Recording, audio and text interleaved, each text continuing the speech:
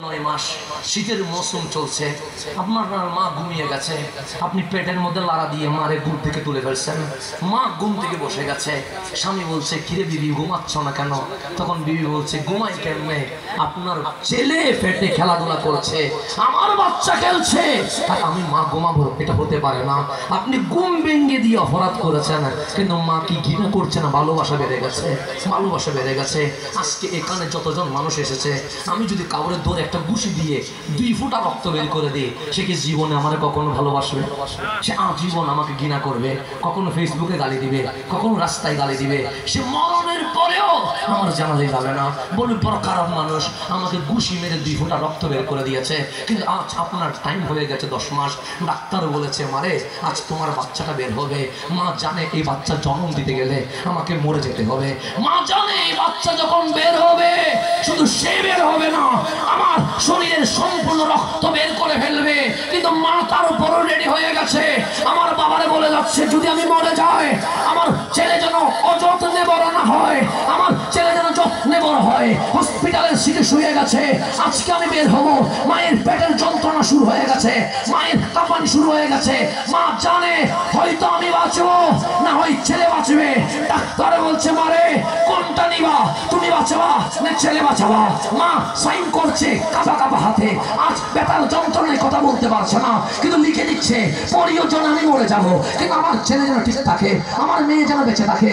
আমি বের হচ্ছি মায়ের পেট থেকে, শরীরের সম্পূর্ণ রক্ত বের করে নিয়ে এসেছি।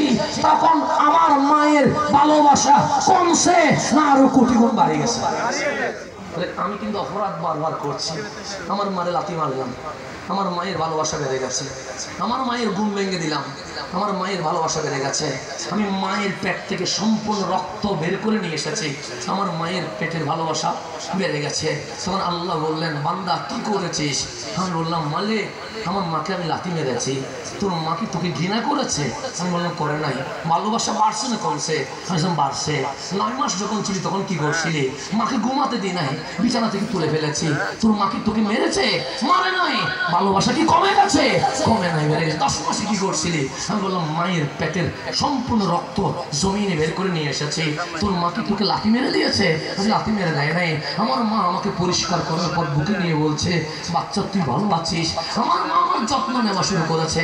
আল্লাহ বলে যিনি তোরে ভালোবাসছে ওনার পেটের নাম কি ছিল? আমরা বললাম রেহেম।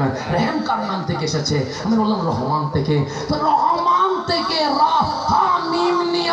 যদি মায়ের নাম রেহেম রাখার কারণে লাথি মারার পর ভালোবাসা বেড়ে যায়, ঘুম ভাঙার পর ভালোবাসা বেড়ে যায়, রক্ত বের করে নেওয়ার পর ভালোবাসা বেড়ে যায়, আমি রহমান মারে 1% ভালোবাসা দিয়েছি, তোকে ভালোবাসার জন্য 99% ভালোবাসা রেখে দিয়েছি। বান্দা একবার গুনার পর থেকে আমার কাছে ফিরে আয়, জীবনের গুনাহ মাফ করে আমি মালিক জান্নাতুল ফেরদৌস দিয়ে দেব।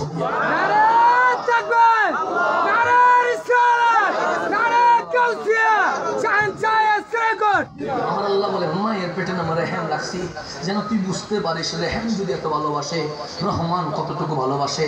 সেজন্য অনেকেই বলবে মরে গেলে মাটির সাথে পৌঁছে যাব, কখনো ওর কথা বিশ্বাস করিয়ান না। অনেকে বলবে মরে গেলে মাটি আমার খেয়ে ফেলবে, ওর কথা বিশ্বাস করিয়ান না। অনেকে বলবে মরে গেলে তোমার খুঁজি পাওয়া যাবে না, সুতরাং ডু ফুর্তি, আসো জেনা করি, আসো মদ খায়, আসো সিনেমা দেখি, কারণ মাটির কাজ খেয়ে ফেলা। ও আপনারা বোঝাবে দেখো পানি ঢেলে দেখেছি জমিনে, পানি জমিনের ভিতরে কি হয়ে গেছে? চুষে ফেলেছে। আপনারা যেহেতু তরকারি বিক্রি করেন আপনি বেশি বুঝবেন, যে তরকারিগুলো পৌঁছে যায় এগুলো আমরা মাটির ভিতরে রেখে দিই, কথা ঠিক না? 1 মাস পর যদি করে দেখেন তরকারিগুলো আর আছে, এগুলো কি হয়ে গেছে? মাটি হয়ে গেছে। তো আপনারা বুঝাবে দেখছো তরকারি এটা মাটির নিচে রাখছি, 1 মাস পর তুলে দেখি তরকারি তরকারি না, এটা কি হয়ে গেছে? তো তুই মরে দেখ, তুইও মাটির সাথে মিশে যাবি। আল্লাহ বলে বান্দা তোকে ডিস্টার্ব করবে, তোকে এইভাবে করে আমার পথ থেকে দূরে সরাই আনবে, ওর কথা তুই বিশ্বাস করিস না। আমরা বললাম মালিক বিশ্বাস করবো না কেন? ও তো যুক্তি ঠিক দিয়েছে, পানি যখন জমিনে ঢেলেছে জমিন তো পানি খেয়ে ফেলেছে, সবজি যখন রেখেছে 1 মাস পর তো সবজি নাই, তা মাটির সাথে মিশে গেছে। তা আমিও যখন মরে যাব মাটি তো আমার খেয়ে ফেলবে, আমার কে খুঁজে পাবে? আল্লাহ ডাক দিয়ে বললেন বান্দা তোর মায়ের পেটে কয় মাস ছিলিস? আমরা বললাম 10 মাস ছিলাম। বেশি বড় নাকি মায়ের পেট? আমরা বললাম না। কতটুকু হবে? আমরা বললাম মালিক 1 হাতের খাচ্ছি আরো নিচে হবে, পেটে জিন্দা কে রেখেছিল? আমরা বললাম মালিক তুমি রেখেছিলে। আল্লাহ বলে তোকে কেন মায়ের পেটে 10 মাস রেখেছি জানিস? আমরা বললাম কেন? যে যেই মালিক জন্মের আগে মায়ের ছোট্ট পেটে জিন্দা রাখতে পারে, সেই মালিক মরণের পর 3.5 হাত কবরের ভিতরেও জিন্দা রাখতে পারে। পারে, যিনি ছোট্ট পেটে জিন্দা রাখতে পারে। আল্লাহ বলে নাস্তিকের কথা কেন? নিজের ঈমানকে বিক্রি করে ফেলতেছিস কেন? তুই অন্যের কথা ইবাদত ছেড়ে দিয়েছিস। আমি তো তোকে মায়ের পেটে আনছি, আমি যদি খাবার খাই পেটে আর খাবার থাকে না, তো অন্য কিছুই বের হয়ে যায়। আপনি সবজি খাইলেও তা, মাংস খাইলেও তা, মাছ খাইলেও তা, এগুলো মিশে যায়। কিন্তু আমি মানুষ মায়ের পেটে জিন্দা রয়ে গেছি। আল্লাহ বলে পেটে জিন্দা রাখছি বোঝানোর জন্য, পেটে যা ঢুকাবি তা অন্য কিছু হয়ে বের হয়ে যায়। কিন্তু তুই মানুষ, অন্য কিছু হস নাই, মানুষই রেখে দিয়েছি 10 মাস। আমি আল্লাহ এটা বোঝানোর জন্য, যেই মালিক মায়ের পেটে জিন্দা রাখতে পারে, সেই মালিক অন্ধকার কবরেও জিন্দা রাখতে পারে। পারে কি পারে না? পারে। সেজন্য আল্লাহ কিয়ামতের যখন সূরা নাযিল করছে, আমার আল্লাহ বলছেন ইজা জুলজিলাতিল আরদু জিলজালাহা, যেদিন জমিন থরথর করে কেঁপে উঠবে। জিলজাল মানে কেঁপে ওঠা, কেঁপে ওঠা।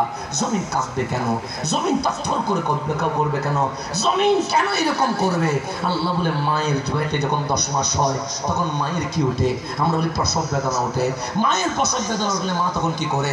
চিৎকার চেঁচামেচি করে। করে কি করে না করে? মায়ের পেট কম্পন করে। তো মায়ের পেট কাঁপলে কি হয়? পেটে আর সন্তান থাকে না, তো জমিনে বের হয়ে যায়। আল্লাহ বলে কবর এটাও মায়ের পেট, এটার মেয়াদ যখন শেষ হয়ে যাবে, ইজা সুলসিলাতিল আরদু জিলজালাহা, মায়ের পেটের প্রসব বেদনা উঠলে মা যেরকম করে জমিনও সেরকম করবে। জমিন যখন সেরকম করবে, ওয়াহ রাজাতিল আরদু আফকালাহা, কবর সেদিন সুখে ধরে মায়ের পেট যেরকম জমিনে বের করে দেয়, সেদিন কবর তোমাকে ধরে আমি রহমানের সামনে নিয়ে আসবে। কোনো সুযোগ আছে? তো আল্লাহ বলে ওয়াত্তি, তিনের কসম, মানে 3 ফলের কসম, ডুমুর ফলের কসম, ওয়াজ্জাইতুন, অলিভ অয়েলের কসম, ওয়া তুর সিনিন,